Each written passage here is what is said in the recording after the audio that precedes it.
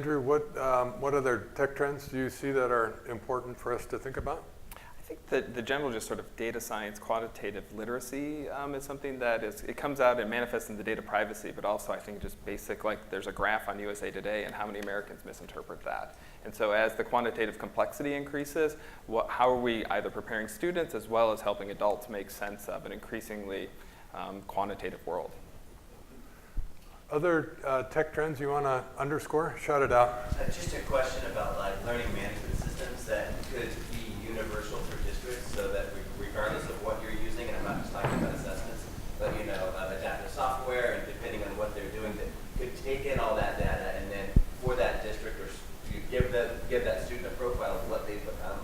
We've put IPOs out I'm here in Golden Valley, in our districts, and we can't find a learning management system that's able to do that because all the different softwares are so different. So just your thoughts. Yeah, I will say the lack of standards on outcomes is our biggest barrier right now to using machine learning the way that everybody is supposedly selling the way that it's being used. Anybody who's selling you a full solution that says we have adaptive learning, personalized learning, they need to control it from start to finish, or they need to work with partners that have completely gone their way, their standard. And there is no really strong, broad standard for us to get, I like to call it clinical data on learning. And without that, we won't have good algorithms.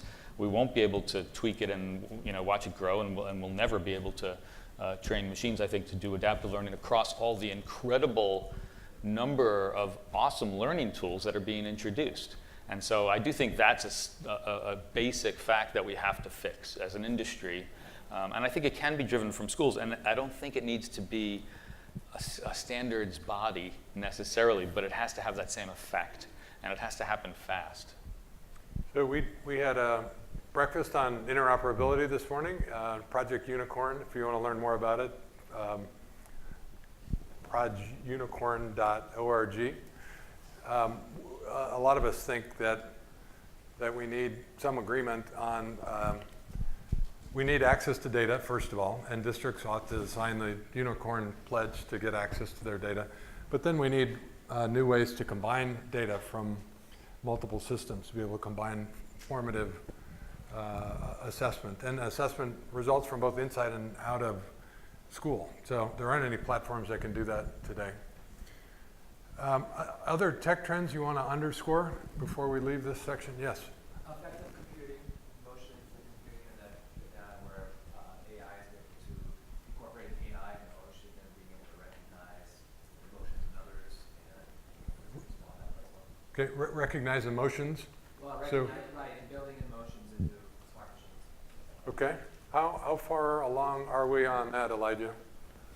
I think that a really key part of that doesn't come from the machine learning necessarily, but it comes from a better needs analysis and user experience design around it. It's saying that, we previously, if you look back 1, 2, 3 years, treated a lot of the artificial intelligence, especially around adaptive learning and personalized learning, as sort of happening in a clean room, where what you wanted to do was model students in a Markov decision process and then predict what they're going to do, and not acknowledge that they're in a room with 20, 30, sometimes 40 other students, that they're with a teacher, that they're in a building that has structural deficiencies and they didn't eat breakfast. And one of the big things that I think some ed tech companies are already picking up on and recognizing is that if you want to serve students with a machine learning tool, you need to meet them where they're at. You need to acknowledge that your tool needs to work with messy data, with data that's not conforming to standards, and that there is ongoing work from hardworking people to unify data, to make it cleaner. But your predictions don't get to live in that world right now, and probably never should. And you should build an interface that helps students feel good about their work, helps them feel empowered to grow, and that helps them feel like they fit in the community, in their school, and with their teacher. And your AI system, if it doesn't ask those questions, and if you aren't talking to your students and teachers about how this interacts with that, then you're going to land with a thud when you actually go out into schools and try and implement it. I think we should sit in that a little bit. There's a lot based in that observation in terms of like what actually happens when the tool is in the classroom. I think the modern machine learning paradigm of person and interface and sort of ignoring the social context makes sense when you're recommending restaurants and connecting with friends and so forth. In a complex social organization like a school, there's so many other drivers of that behavior, of that signal that you're detecting. And you can have the best, cleanest data in the world, but a teacher who assigns a student to use the system or not is going to affect whether or not you're finding these interesting relationships down the road.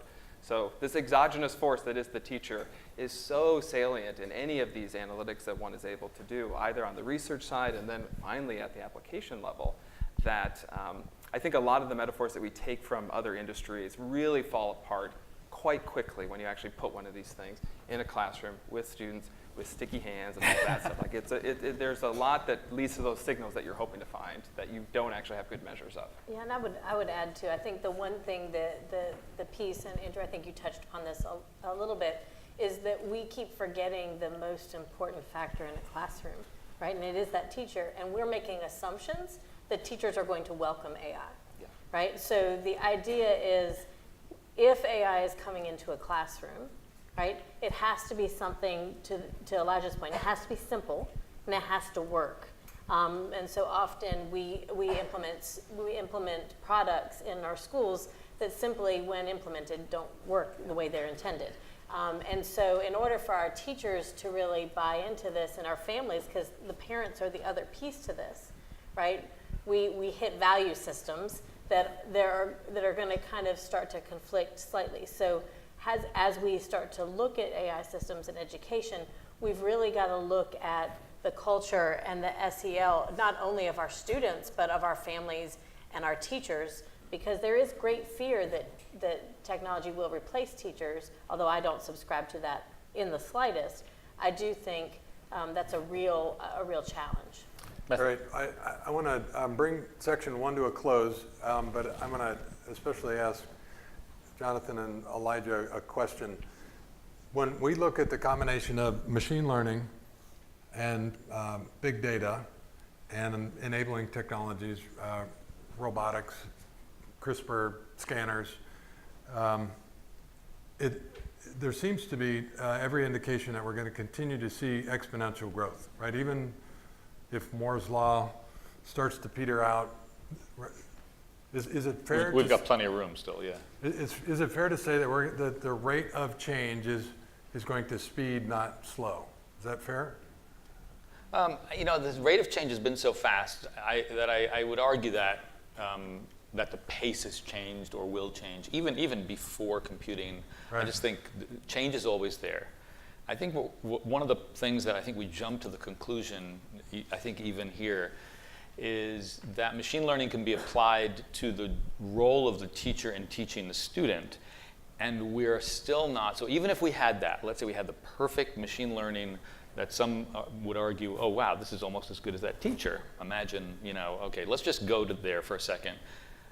The teacher would still be struggling with attendance and assignment workflow and collecting papers and contacting parents on a regular basis and attending, you know, all of the things that they have to attend to learn themselves and going to staff meetings and whatever else they're required to do. And I feel like one of the areas we shouldn't ignore and we should try to apply this change to is the process, the rote things to the point of human happiness too. Imagine giving the teacher the freedom to teach. Right. And letting them, they are the best teacher. Let's let them do that and let the machine do all the crap. Right. And let's get all the crap off the teacher's desk. And so that's where I really feel we're not doing enough, and that's why I say we have plenty of room. In all the change that has happened, we haven't applied it yet to the really rote things. Elijah, when you look at technology and how it's affecting the economy, does it speed up or slow down from here? I think it depends heavily on what the largest tech companies do with the machine learning and how responsible they are with the tools that they're building. I think given current market conditions, the speed is only going to accelerate. Right. The danger, I think, is if they don't recognize that in addition to building up this massive asset of all the data they're creating, they're also creating a liability to build responsible tools that acknowledge the second order effects that have come from their products, to acknowledge, obviously the last month has had a whole storm of questions over aggregation of billions of records. Right. And if companies don't start recognizing that they can't just say, oh, we're not going to replace humans, we're going to augment them, that's sort of a red herring. That's an easy one to say we're not going to replace them because it's a hopeless task to try. But you need to both say we're not going to replace them, we're going to augment them. We're going to see what the second order effects are that we didn't cause, but that other people are changing in their behavior because they have our tools in their tool belt. And then we need to do something about that to make sure that we're being responsible about it. Because if they don't, then I think that there's a chance for this actually the weight of all of this work in technology to start crashing down on itself and to actually start harming their progress. So I want to go back to Mason's opening comment where he had quoted a study that said 50% of the jobs out there are at risk. It's been really confusing to look at the research because some of the research says big net job loss. Some of it actually says, no, there's going to be net job gain. So anybody have an opinion on that? Where do you come down, Elijah? On the application of technology growing or decreasing the total number of jobs in the economy? Right. That's, I'm going to let someone else answer that one. That was brilliant. You had talked about jobs becoming augmented. We're already seeing most jobs quickly becoming augmented, right? I think there's certainly a different characteristic of the jobs that happen, and that every job is going to have. I mean, already, you sit in an Uber car and the driver says, like, hopefully the algorithm will be good to me today. And like, that's a bizarre thing to hear from someone in that kind of a job. And I think that every job is going to have implications like that. And hopefully the tech companies recognize that impacts millions of people and not just the people making six-figure salaries in the Bay Area. But I think the other impact is it should change what we teach, right? I mean, if we want our students to have jobs in the new world, they need to learn new tools. And we don't know them. So we need to teach them how to learn better, so that when things happen, they know how to learn and they feel confident in learning that. And they feel confident in trying. And we need to model how these tools are used in a way that they can see it. They can see and understand it. It's the same thing as simple as, identity and call it, tech etiquette. Adults make the reply all mistake all the time and the click on the wrong phishing link all the time. I don't think my 12, 14, or 17-year-old have made that mistake once. Either one of those mistakes, because they grew up with it, they learned it, and in school they are actually using these tools. So the fact that we're giving students an identity online in first grade actually helps them. So same thing with machine learning. If we can change the curriculum a bit, instead of teaching them a year of physics, how about a quarter of physics, and then 3/4 of data analysis using spreadsheets? Like something that they might actually use no matter what job they have and give them confidence in using it. And I don't, maybe the curriculum, you have a statement about what you think could happen. Yeah, I think we are moving away. So when we were all in school, I'm making a general assumption about age right now, so I apologize. But you were always asked, what do you want to be when you grow up, right? And I think we have come away from that because our kids now are smarter than us. And the question isn't about what job I want. It's really about what problems I want to solve, right? What is it that my passion and my, what problems do I see in the world that are issues? And so our kids are pursuing that. They're not necessarily like me at age 3 deciding to be an educator, right? That's not necessarily what they do. Some still do, but a lot more are looking at problems. So when we start looking at that from a curriculum standpoint, things like problem-based learning, our coding and other things are so much more important because it's teaching our kids how to ask better questions. And we were talking about the voice assistant earlier. I have a 13-year-old son, and Siri and his Amazon Alexa are actually... And his Google Home as well. He doesn't have a Google Home yet, I'm sorry. But it's on my wish list, how about that?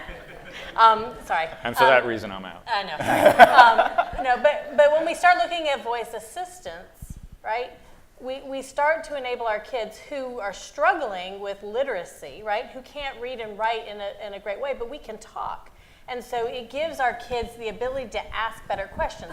So when my son might ask Google Home how to do this or what this is, and he doesn't get the answer back that he needs, he knows he has to revise his question. When you're dealing with the literacy aspect to that, sometimes it's harder to motivate a child to ask a better question because it takes so much effort that they eventually tap out and they're like, I'm out, like I don't know what to do. But all kids love to talk at some point, even if it's just with Alexa, Google Home, or Siri, or Cortana, or whoever else we have out there that speaks. I know, sorry, that was like Lewin. I didn't know who was in here. So when we're looking at these types of things, how we start to embed things that empower our kids to be productive is so much more important than saying, what do you want to be when you grow up? All right, I want to wrap up a section on implications, but Andrew, does Digital Promise have a view about the landscape, the employment landscape going forward, and how smart tools will impact that? I don't think a position per se. I think a position of the organization is that it isn't just about employment, that schools are a central institution in American life, and they serve a lot of different goals, and at Digital Promise we're highlighting as best we can, right? We're not that big of a place, but as best we can the variety of goals to which teachers, students, and the populace writ large are actually aspiring for these things we call schools to produce. The students who are good citizens, students who are excited about learning, as well as students who do well on test scores, right? There's a variety of things that we want from schools, and we're trying to tap into those stories, share them, and do research on them. So I want to do a quick editorial comment here on Morgan's question. So my take on your question is, number one, every profession is going to be augmented. There are, on what problem you want to solve, there's some, if you like long form podcasts, 80,000 Hours are a pretty good podcast on making a difference. They all deal with how people will use smart machines. There's another blockchain podcast that went into a lot of detail that I listened to yesterday about how the legal profession is being augmented. There's a new nonprofit called Open Law, and they're going to post all these algorithms that are going to make it quite easy for anyone to build a smart contract. So it's going to make it much easier for all of us to engage in building these quick agreements and be able to do it online, often on blockchain. So that's going to change the legal profession. It's already changing radiology. So every profession is going to be augmented. So the conversation you guys just had about working with smart machines strikes me as being really essential. The work that Elijah is going to go back to CMU to do about studying bias in algorithms, I think is critically important for this idea of working with smart machines. But I want to leave this section by underscoring the fact that every community represented in this room is going to face really significant job loss in our lifetimes, and certainly in our kids' lifetimes. At a minimum, people are going to be changing roles much more quickly and moving from employment into the gig economy. And I think beginning community conversations about how that happens and when that happens in your community, I think is really, really important. I came away from a couple years of studying this really believing that communities need to be having conversations about what's happening and what does it mean for us and our kids. And then third, how do we prepare? So we're going to close with 15 minutes on how do we prepare? How do we help ourselves get ready for this, but even more importantly, how do we help our kids prepare? Jonathan and I spoke at COSIN a few weeks ago, and I wonder if you remember what your first answer was in terms of what you most wish for your own kids as you think about them stepping into the uncertainty that's out there? What's at the top of your list? I don't even remember being there. No, I'm just kidding. I mean, I'm not really sure what I said then, but I might have tweaked it since then. I have to say, like, I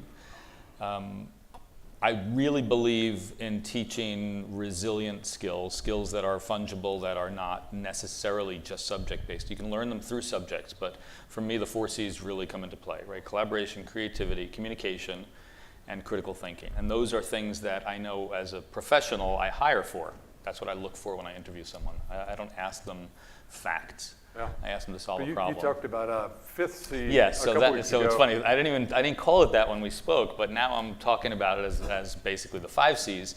And for me, it's the center of all of it, and that's what I wish the most for us to give our kids, which is confidence. And confidence means they're confident to learn new things and fail while learning. And that's the thing that I think we're failing the most in school systems today, which is we're teaching that failure is wrong, that it's the worst end point, and because it's a different kind of failure. Right. And all we're doing is focusing on kind of memorization skills to get into college, because that's unfortunately what colleges are looking for, is scores and things. And that's, Right. There's definitely pockets of change there, but we need more complete change. But when I feel like I want to influence an educator, I just want them to give our kids confidence. And that goes for any subject. It doesn't matter. And we spend so much time knocking kids down because they can't do, or they're not the math kid, or they're not artistic. And they internalize that from age 2, age 3. They start realizing that the feedback they're getting from the only people they talk to, first their parents, siblings, and then teachers, that means the world to them. Right. So for me, that 5th C So is it's confidence, it's a growth mindset, right? That effort Yeah, absolutely. matters. It's resilience. Marlo, what's at the top of your list? So, along with the kind of my theme about being intentional, right? Yeah. Our kids have to understand the why they use technology, the what they're going to use, and, Yeah. the how they're going to do it. Because there's so many instances where we can use technology. You don't want to treat every problem like it's, you can use the same type of tool for every problem you have. Knowing when and where, knowing when you silence your phones, when you do things. The etiquette of what we use with technology is so important. But I'm also going to add the ethics of technology, right? So it's very easy in a copy and paste society to do things, or on social media, where our kids in one fell swoop in 140 characters can ruin their lives, can ruin their possibilities. Right. And so it's so important that part of the work that we're doing is also helping our kids develop a better digital footprint, so that we are not using technology in inappropriate ways, that we're using technology in kind ways in that work. And so I think if we can do that and help our parents with that too, because a lot of our parents don't know how to even begin that process. We used, we had Janelle Burley-Hoffman come in. She wrote a book called iRules. And as a parent of a 13-year-old and handing my child a phone, the basic concept of contracts and understand what you do with technology is so important. And we have to partner with our parents in doing so. That's great. Andrew, when you think about the future, what do you most wish for when you think about great preparation for kids? I think starting with a couple layers to the answer in terms of, I think we know an awful lot about how to run good classrooms and run good schools. And so getting that information out and helping people build new skills and capability to go from a current level of performance to a desired level of performance. But that's on the kid side, and I think on the school side. And my particular theory of action for getting there isn't just building better curriculum, building better tools. It's finding who are the adults initially that are stakeholders in this particular thing we call schools, and how do we use data from all over the place to have better conversations, to identify who isn't at the table, what are new assumptions that we need to be questioning. I think there's a lot in terms of what careful and thoughtful adults can talk about and do when they are armed with good processes. This is how we're going to test one of our assumptions, and good data. And so I think if we can find ways to bring people together around data with some solid processes, that's at least one way to start to bring folks together. That's great. Elijah, what does good prep mean now? Well, I think an important thing that's come up from what you said, what Marlo said, you mentioned the work that communities need to do to prepare among themselves for what it is that they're going to do to help each other, to build around new technologies.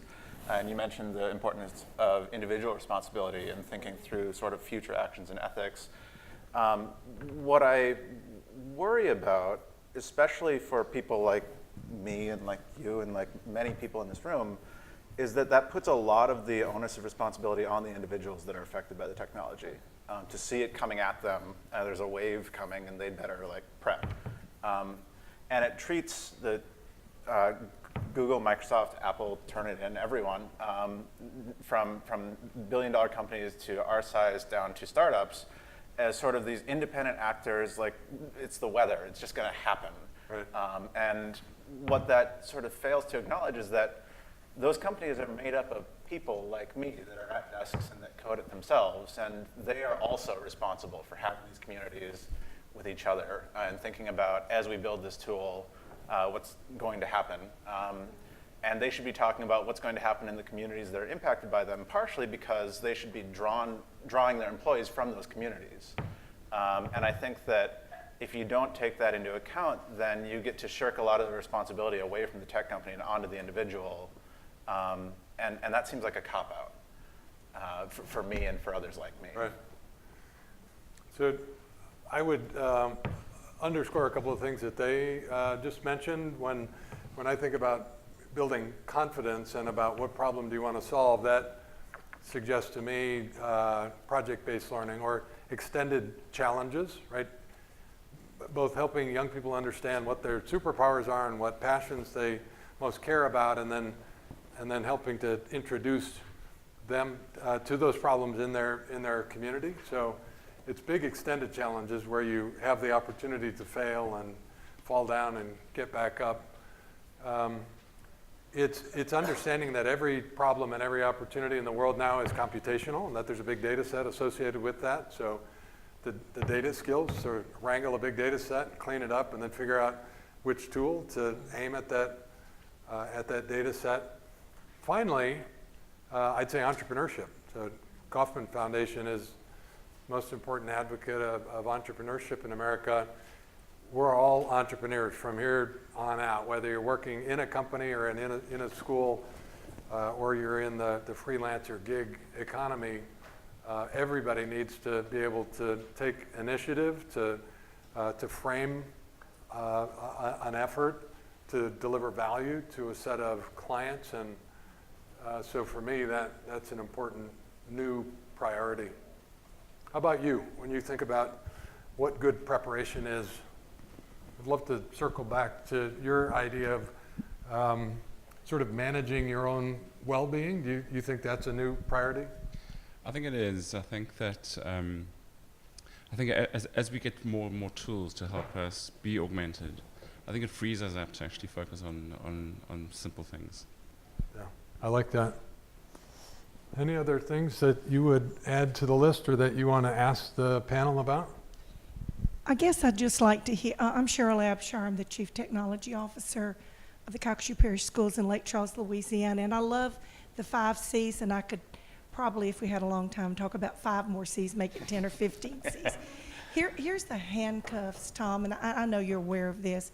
The handcuffs that education is trying to teach and educate with today is it's not about the C's anymore, it's about the A, and that's the accountability measures that have been artificially pushed down from states that handcuff educators to do the great things that Marlo's talking about and then you're talking about around trying to do problem-based learning, about finding your passion, about being able to code. So many of those activities have been relegated now to extracurricular coding clubs and after school instead of being woven into the fabric of core education during the day. So while this is not a political conversation, we all need help in education to Right. help policymakers understand that schools are not like they were when they went to school. Right. They must be dramatically different to compete in this new gig economy that's so global and, Right. and entrepreneurial, because we can't produce the kind of young person to do the work everybody here at this conference wants, Right. because we work with handcuffs that are quite Right. difficult. And wouldn't it be get an nice answer if to that. Great. accountability, imagine if we actually were accountable to the students and instead of to some other thing. I mean, how often does a school ask the students, how was it? You know, how'd it go for you? Maybe even 5 years later, maybe 2 years Did you later. like that worksheet you just had? Yeah, exactly. How was that summer packet? You won't gain a lot of confidence doing worksheets. Anybody else have a quick answer to that one? Well, I do think, to Cheryl's point, as long as we're relegating innovation to extracurricular, Yeah. right, we have an equity issue. Right. We have an access and we have an equity issue. Yeah. And until leadership in both schools and in government and in communities understand that we are in effect not meeting the needs of all students, Right. that becomes a problem. And so it has to be, it's not an academically gifted issue. It is not a wealthy issue. It is an issue for all students, Yep. and that we need to be meeting the needs for all kids. So my quick answer to Cheryl's super important prompt is that you need to have a community conversation about this. If you have the same conversation that we did about what's happening in the world, what are the implications for our community, what do our kids need to know and be able to do, what kind of learning experiences do they need, your community will come up with the right answer. I've seen it hundreds of times over. Here's a couple of resources that that I want to point to. Battelle for Kids just bought Ed Leader 21. It's a network of 200 forward-leaning districts, and they just updated portraitofagraduate.org. It's a great gallery of communities that have done this successfully and a roadmap for how you can do it. So Battelle for Kids, portraitofagraduate.org. KnowledgeWorks.org also has a set of great resources on redefining readiness. They also have a roadmap for how your community can have this conversation. So I'm excited that there's hundreds of, do you have a picture of it? Awesome. There's hundreds of communities around the country that are having this conversation and pushing back. We've been working in El Paso for the last 4 years having this conversation. But I want to underscore that it's hard because they got test scores back last year, and the suburban districts went up faster in test scores than the urban district. The urban districts implemented a great active learning agenda, and kids are growing on lots of new dimensions, but they get heat every time test scores come out. So I'm not saying that it's easy, but I am saying there are a lot of communities making a lot of progress. All right, yes? May I ask a question? Yes, please. Anything goes at this point. Thank you. Great discussion. Given your projection on where the technology is going and how those technology could make the teachers' work efficient, what do you think will be the future role of teachers, or what it looks like, and what will be the bottlenecks for the teachers to become there? That's and great. also to add, one of the things is I've been hearing a lot about teachers becoming facilitators, but also I've seen teachers losing their expertise or respect from children when they become fully facilitator and not exhibiting their expertise in a certain subject. So I think it is a little bit more complicated than teacher becoming pure facilitator. So I would say we have to do a better job of educating our community on what the role of a teacher is, right? Because so often we get in a group of parents and they're still expecting teachers to be the same way they were 20 years ago when they were in school as well. And so the education of that. The other problem is, to Cheryl's point, is we are a very grade-based society, that we are so worried about the letter grade that we have. That's why a lot of districts, including mine, have gone away from valedictorian and salutatorians in schools, because it seems to be this constant need to be on top, right? But really, we've lost the idea of learning process. So really working with our parents to understand that what a teacher's role should be. Now, in all fairness, teachers need to know what that role is first, right? So they need to be on board with what their role is in this changing society as we go through. But overall, what parents want for their kids is the best education. And educators want the best for the kids as well. And so it's just a matter of growing those partnerships to understand, and to Tom's point earlier, the students bringing them in as well for that conversation as to what my teacher should be. It's interesting, JR, you talked about confidence in a teacher that modeled what that learning process looked like, and sometimes that means saying, I don't know. Absolutely. To model being a learner yourself, Yeah, right? and I think the worst thing a teacher could do is command respect for that sake alone. And I've seen teachers fail with my own children, literally, just from a parent's perspective, when all they're trying to do is control the kids without clarifying what's the learning objective, what's my role with you learning, do I know it or not? You're the one that has to learn, not me. I'm the teacher. I just need to help you learn and help you discover and engage. And I think it's that role expectation, I think, is one of the most important things. So I think we have a sign. She keeps waving it at us. We can't up read there. it because of We can't read it because of the sign, but. Oh, it says free food, free donuts. No. Oh, we're done. We're out of time. Oh, we're over.